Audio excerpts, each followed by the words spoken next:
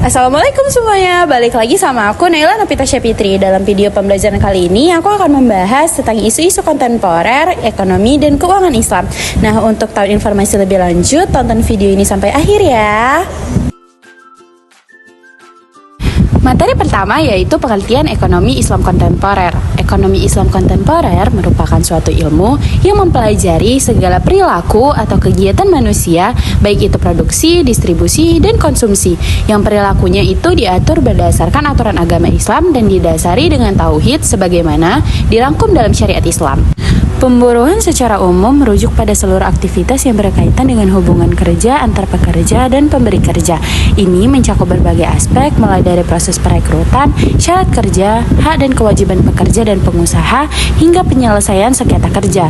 Dalam pasal 86 ayat 1 UU nomor 13 tahun 2003 disebutkan bahwa setiap pekerja mempunyai hak untuk memperoleh perlindungan atas keselamatan kerja, moral dan kesusilaan, dan perilaku yang sesuai dengan harkat dan martabat.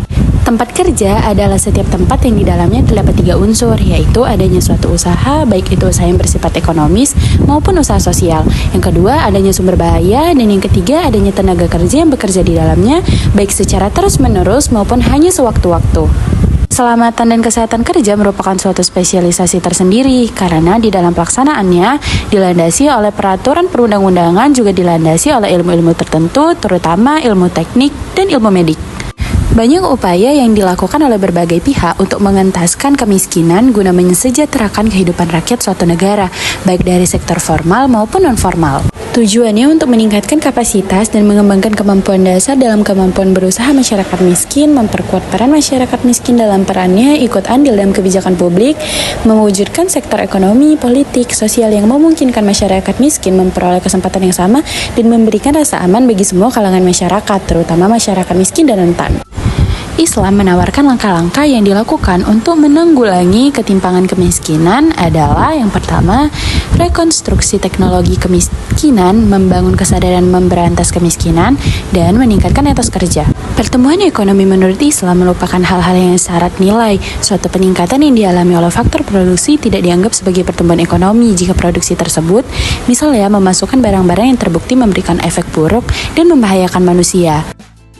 Dalam pertumbuhan ekonomi, ada beberapa faktor yang akan mempengaruhi pertumbuhan itu sendiri.